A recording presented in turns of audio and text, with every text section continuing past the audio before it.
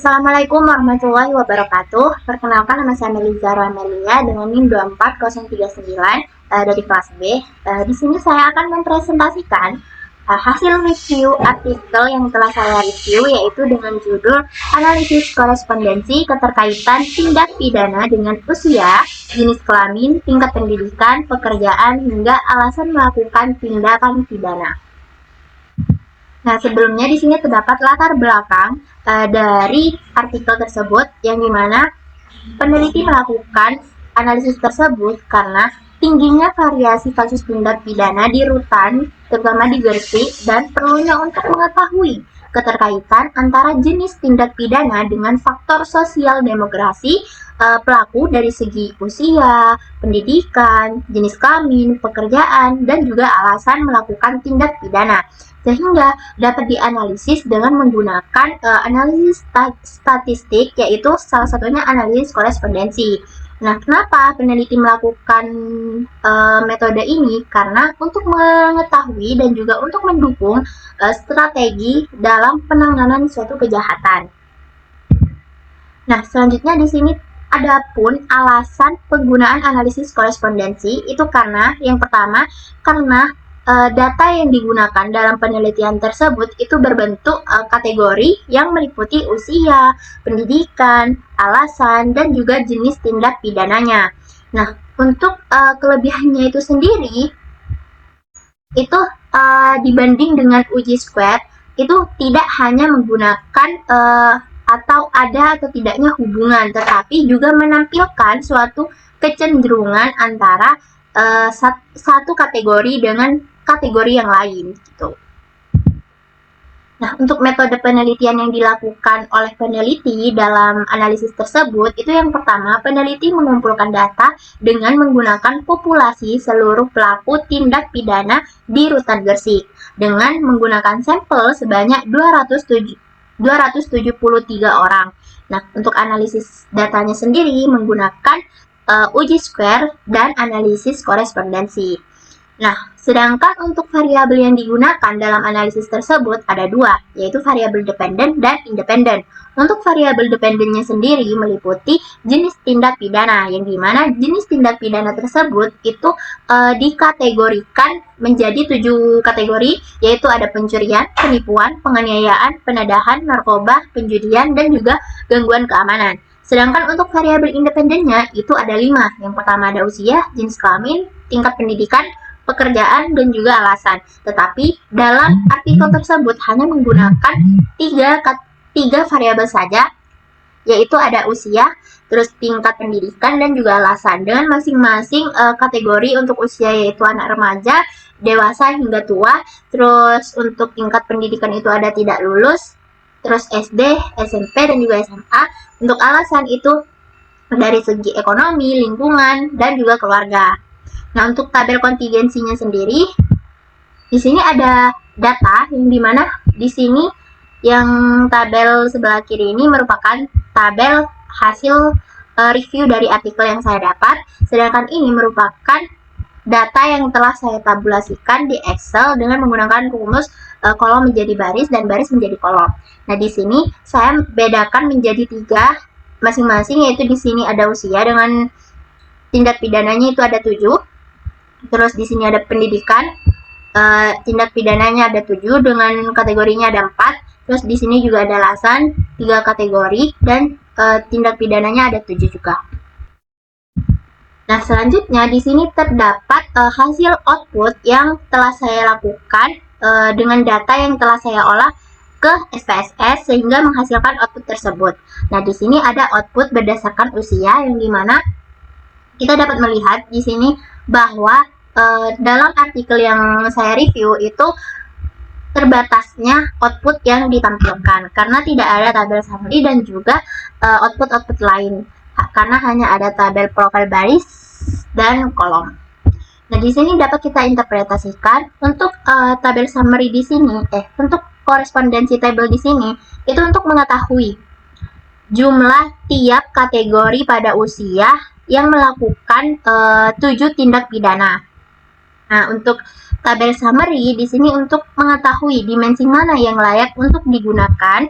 Nah, itu dengan melihat nilai content for-nya. Di sini nilai content for pada dimensi 1 senilai 0,649 yang artinya lebih dari 0,2 sehingga layak untuk digunakan. Sedangkan untuk dimensi 2 di sini juga sama, nilainya 0,351 yang artinya lebih dari 0,2 sehingga layak untuk digunakan. Artinya pada dimensi 1 dan 2 ini merupakan dimensi yang digunakan pada analisis tersebut. Nah, di sini ada hasil output berdasarkan pendidikan. Nah, di sini juga kita dapat melihat pada kolom profile jumlah yang melakukan tindak pidana berdasarkan pendidikan. Di sini ada 4 kategori, tidak lulus SD, SMP, dan juga SMA. Nah, di sini kita dapat melihat jumlah tiap kategori yang melakukan tindakan pidana. Terus pada tabel summary juga sama, kita tentukan untuk melihat dimensi mana yang akan kita pakai atau layak untuk digunakan. Nah, di sini dimensi yang layak untuk kita gunakan yaitu dimensi 1 dan juga 2 karena nilai content for-nya itu lebih dari 0,2 sehingga layak untuk digunakan dalam analisis tersebut. Di sini juga terdapat hasil output pada artikel yang saya review. Nah, selanjutnya itu perbandingan hasil output berdasarkan alasan. Juga sama, cara menginterpretasikannya kita lihat tabel-tabel tersebut. Di sini ada korespondensi table yang dimana kita dapat melihat tiap jumlah kategori dalam melakukan suatu tindak pidana. Untuk tabel summary-nya di sini dimensi yang digunakan pada analisis tersebut yaitu hanya dimensi 1. Kenapa? Karena hanya dimensi 1 yang nilainya itu lebih dari 0,2 yaitu sebesar 0,936 sehingga dimensi ini layak untuk digunakan. Nah, di sini juga terdapat output berupa grafik berdasarkan usia terhadap tindak pidana.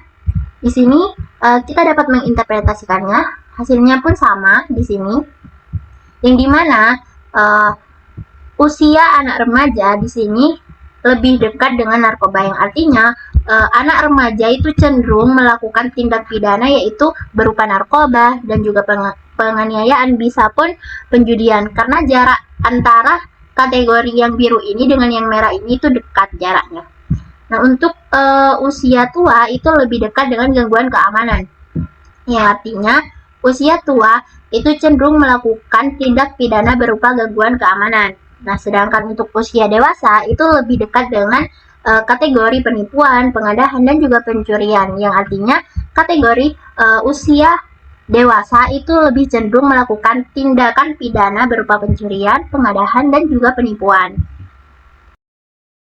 Nah, di sini adapun grafik untuk menentukan berdasarkan di sini grafik yang dihasilkan dari tingkat pendidikan terhadap tindak pidana. Di sini dapat kita lihat bahwa tingkat pendidikan di kategori tidak lulus ini lebih dekat dengan tindak pidana berupa penjudian, terus penganiayaan, dan juga pencurian. Nah, yang artinya tidak lulus di sini ini lebih cenderung melakukan tindak pidana berupa penjudian, pencurian, dan juga penganiayaan. Sedangkan untuk tingkat pendidikan SMP itu juga lebih dekat dengan penjudian, penganiayaan, pencurian, dan juga penipuan. Untuk SMA itu lebih cenderung melakukan tindak pidana berupa penadahan narkoba. Sedangkan untuk SD itu lebih cenderung untuk melakukan tindak pidana berupa gangguan keamanan. Nah, selanjutnya di sini grafik berdasarkan alasan terhadap tindakan pidana. Di sini ada pencurian yang jaraknya itu dekat dengan alasan berupa ekonomi, yang artinya seseorang melakukan tindakan pidana berupa pencurian, penipuan, penadahan itu dengan alasan yaitu ekonomi. Nah, untuk alasan yang lingkungan ini lebih dekat jaraknya dengan penjudian, gangguan keamanan, dan juga narkoba, yang artinya orang yang melakukan tindak pidana itu berupa penjudian, gangguan keamanan, dan juga narkoba itu dikarenakan alasan lingkungan. Sedangkan untuk tindakan penganiayaan itu jaraknya lebih dekat dengan yang keluarga, yang artinya seseorang melakukan tindak penganiayaan ini dikarenakan dari faktor keluarga. Nah, di sini merupakan interpretasi dari hasil analisis berdasarkan usia, berdasarkan tingkat pendidikan, dan juga berdasarkan alasan melakukan tindak pidana. Untuk berdasarkan usia, itu tindak pidana narkoba, penganiayaan, dan juga penjudian itu cenderung dilakukan oleh pelaku tindak pidana usia anak remaja. Untuk pelaku tindak pidana usia dewasa, itu cenderung melakukan tindak pidana pencurian, penadahan, dan juga penipuan. Tindak pidana gangguan keamanan itu lebih cenderung untuk dilakukan oleh pelaku tindak pidana usia tua. Nah, untuk berdasarkan tingkat pendidikan, tindak pidana perjudian ini, pencurian dan juga penganiayaan itu lebih cenderung dilakukan oleh pelaku tindak pidana yang mereka tidak lulus SD. Untuk tindak pidana gangguan keamanan itu lebih cenderung dilakukan oleh pelaku tindak pidana dengan tingkat pendidikan itu SD. Tindak pidana pencurian dan penipuan cenderung dilakukan oleh pelaku tindak pidana dengan tingkat pendidikan SMP. Untuk tindak pidana narkoba dan sedikit penadahan itu cenderung dilakukan oleh pelaku dengan tingkat pendidikan SMA. Begitupun yang berdasarkan alasan. Nah, di sini juga ada critical review dari artikel yang telah saya review. Untuk kelebihannya, yang pertama itu metode yang dipakai, yaitu analisis korespondensi dan juga T-square, itu sudah sesuai. Kenapa? Karena jenis data yang digunakan itu berbentuk kategori. Terus hasil yang disajikan dengan grafik, sehingga mempermudah pembaca dalam memahami kesimpulan yang mereka analisis. Terus untuk kekurangannya sendiri yaitu ada kategori data yang jumlahnya itu sangat sedikit, bahkan ada yang nol, sehingga juga bisa mempengaruhi validitas dari uji statistik. Yang kedua yaitu keterbatasan hasil output dan interpretasi. Seperti tadi itu hasil outputnya itu yang disampaikan hanya 2 tabel tadi. Dan juga grafik. Dan interpretasinya itu kurang jelas atau kurang komplit gitu. Untuk hal yang dapat dipelajari yaitu tingkat pendidikan sangat penting untuk kita terapkan, karena pada remaja itu terlihat bahwa rendahnya pendidikan itu berhubungan dengan tindak pidana pencurian dan juga perjudian. Untuk sarannya sendiri yaitu sebaiknya peneliti lebih menjelaskan lagi hasil interpretasi output yang tidak ditampilkan di artikel. Jika memang output yang ingin dicantumkan atau ingin disampaikan hanya hasil output kolom, baris, dan juga grafiknya saja. Baik, sekian presentasi dari saya. Kurang lebihnya mohon maaf. Wassalamualaikum warahmatullahi wabarakatuh.